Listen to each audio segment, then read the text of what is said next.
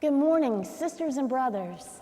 We are very happy to be with you today on this special occasion as we honor the sacrificial example of Miss Lula Wilden, the first single female missionary sent to China by our Baptist churches. Her mission, passion, and sacrifice are a lasting treasure that will never rust or decay. Although we know from her story that her life was stolen by thieves, her work and her example lasts eternal. She is remembered as a treasured member of this congregation. Just like Miss Lula, we have been blessed because of your friendship and support for us and our mission among internationals over the years. Time sure does fly. Seems like only yesterday when we first met the Catherines, who flew up to Toronto, suitcases and cameras in hand. They came as your representatives to meet us and take video of the sights and sounds and needs of Canada's largest city.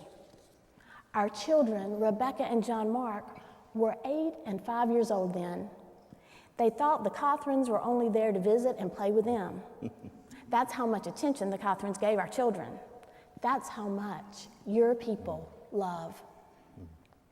Our kids are 21 and 18 now. Both are taller than their parents and doing very well in university. Both have received full tuition scholarships, gifts from partnering schools as CBF missionary kids. Thank you for being a special part of the fellowship. God is good all the time. For those of you who may be new to the First Family, we want to let you know your church adopted us during our very first years of ministry in Canada. You spared no expense on us, sent mission teams to work with refugees and immigrants, and supported us with prayer and encouragement. What started as just one small ministry in the corner of one city has now spread to many cities and become many ministries. There are now 5 Matthew House refugee ministries in 2 Canadian provinces. In fact, there are 8 actual homes dedicated to helping refugees from around the world recapture their shattered lives. In addition to this, 3 churches have been birthed in 3 marginalized cross-cultural communities, 2 in Toronto and 1 in Ottawa, the national capital city. We'll talk more about that tonight, but for now, we want you to know that what started from the vision of one has become a movement among many.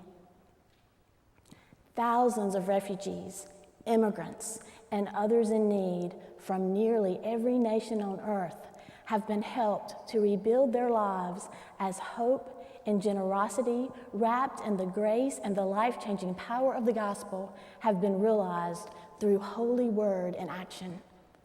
These ministries continue today, and they will last into tomorrow. You and your support have always been a part of this, the kingdom of God at work. Do you recall the first time that you became fully aware of God's presence in your life? Maybe as a child or a teenager or a young adult, you heard the good news of God's redeeming love. You were changed.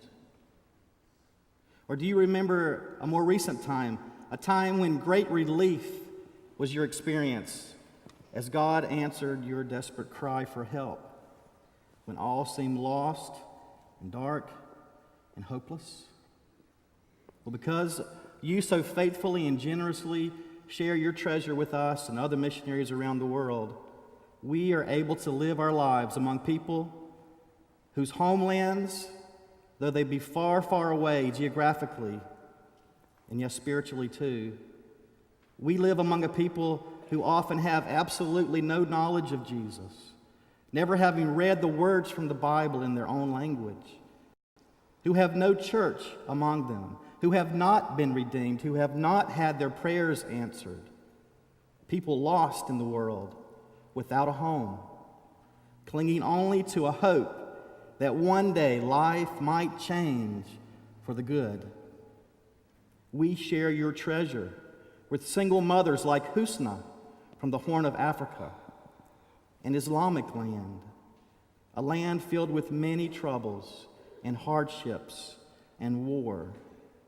Like hundreds before her, she had only known a harsh and demanding life, a mother because of rape, used against her and her family as a weapon of war.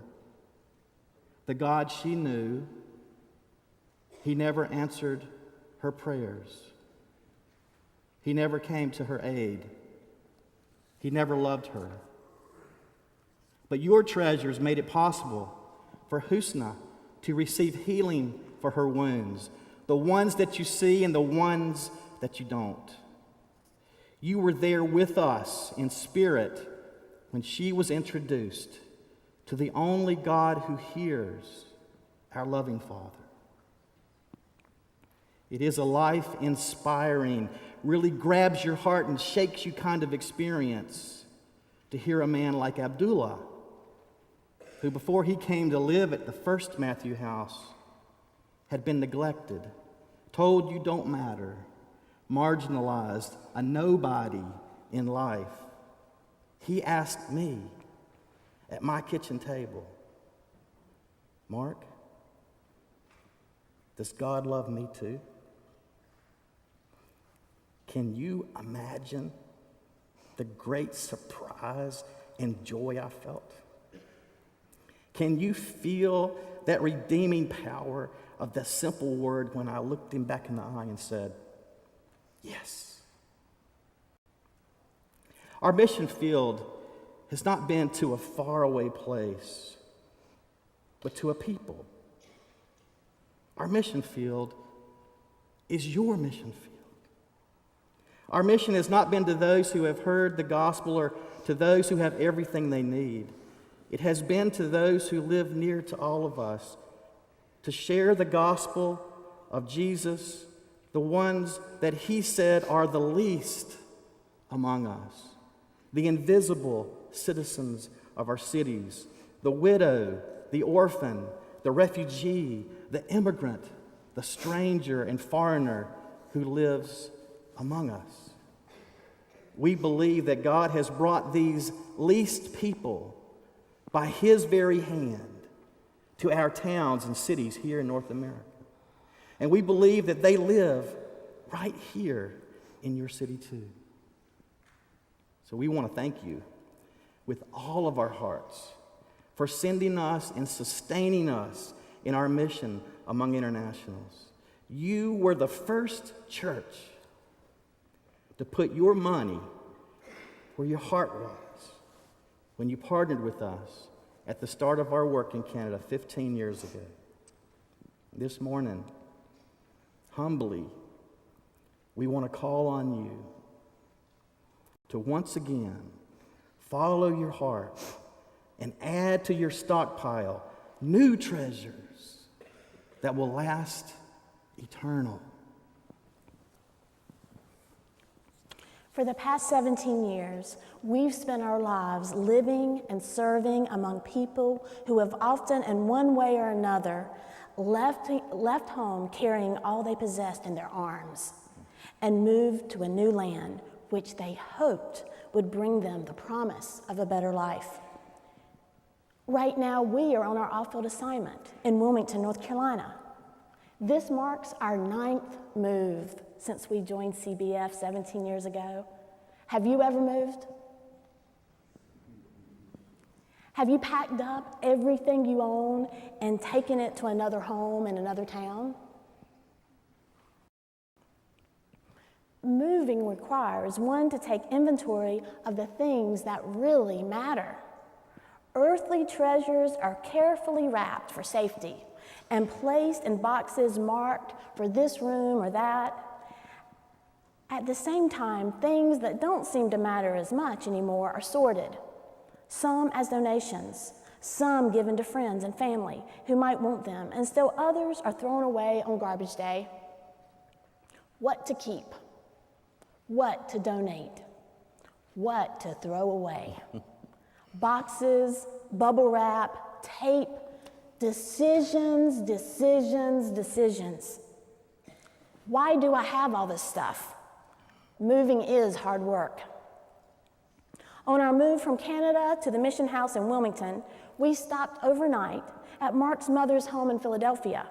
His sister Carla and her family also lived there. We were driving a small U-Haul van, the smallest one they make, moving our few possessions to our new temporary home.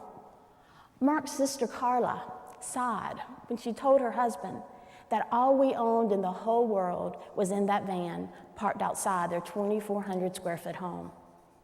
We laughed and added, "If you think that's funny, it's only half full."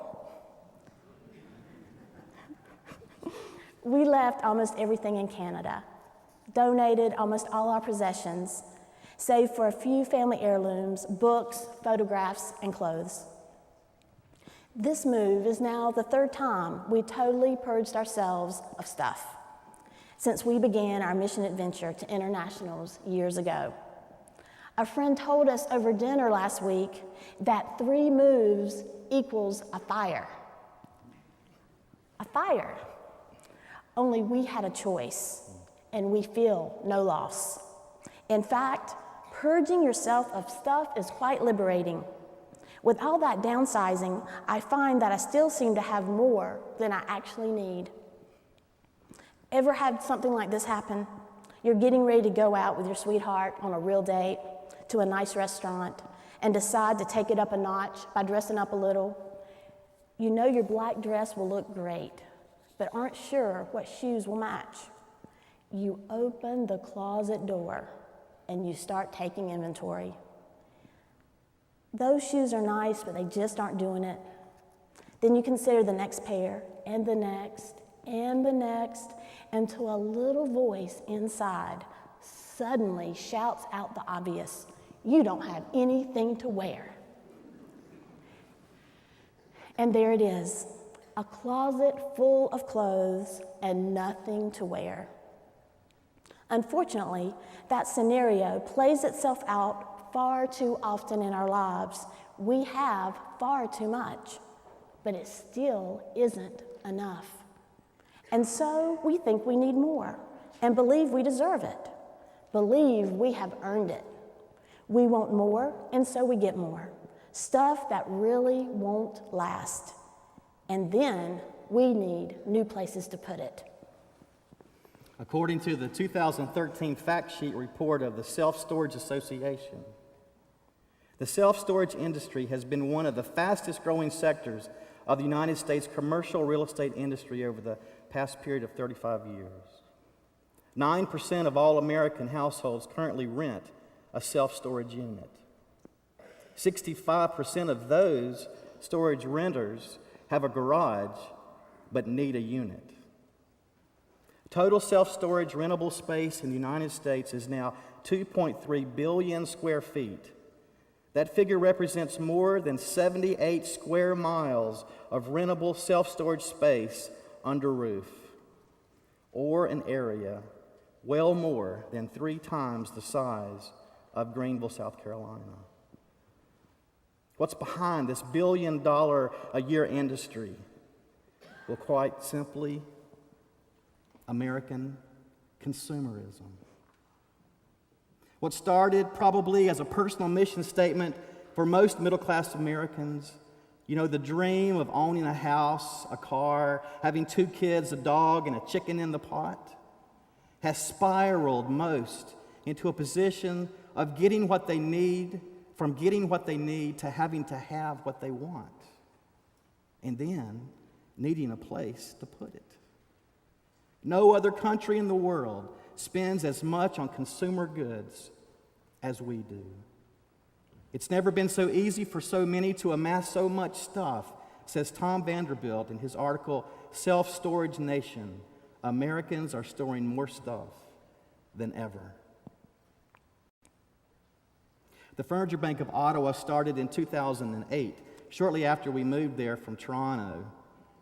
We received a call from a local French Baptist pastor asking for our help. You see, thousands of Haitians were arriving in Canada and seeking refugee asylum, and hundreds had come at approximately the same time to his church. Pastor Frankie Narcisse opened the door of his sanctuary for Kim and I to see. And there on the pews, sitting there, were men and women, hundreds or so, children, sitting there with their faces weighted down heavy with worry and concern. They were homeless and jobless, without direction. They needed hope, and they were asking for help. The pastor looked at me, and he said, "Will you help us?" Well, the response started small, but within days, the things that people need to start over in their new homes began to flow like cool streams in the desert. You see, we went around and we asked people to share. We went around to those that were holding yard sales and estate sales, and we asked, what are you going to do with the leftovers that you don't sell? If you call me, I'll come back with the van that you guys gave us. And I'll take those things with volunteers and I'll share them with people who have nothing, people that are trying to start their lives over. And then I left. You know, as I was leaving, they made funny faces. I think they thought, who's this guy with this strange accent trying to get something for nothing? But then the phone rang, and then the second call came, and then over time, one neighbor shared this plan with their neighbor and my phone number with others and with his sister and their cousin and so on and so on. And the phone never stopped ringing until we came down here in July. We started getting calls from folks, a lot of times adult children of aged parents who were trying to bring closure and order to the stuff their parents had collected over a lifetime. Come, they would say, take what you want. We don't need these things. We've got too much stuff ourselves. We just want our parents' things to go where they can do the most good. We want someone who really needs it to have it. We're not interested, they would say, in trying to sell these things because at once they're priceless and yet worthless at the same. Please, they would say, help us. And soon local business people got involved. Hotels would call, those that were renovating, and a lot of renovation happens. They would call and say, go down any hall, any room, take everything and anything you want. Just be sure it goes to the people that really need it. And furniture stores and realtors called, and millionaires and even the poor, when they heard what was happening, gave what they could or what they didn't need anymore. Warehouses were donated. Moving companies donated trucks and equipment and even sent their workers to work with us free of charge on their dime, full of goodwill. Within a few months, we had helped every family who had come to Pastor Frankie's church fully furnish their first homes in Canada. But the stuff kept coming.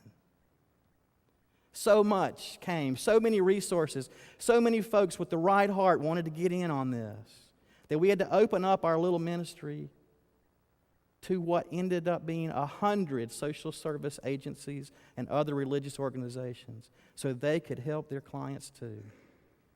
To date, and it grows every week, over 12,000 persons have been served through the Furniture Bank of Ottawa.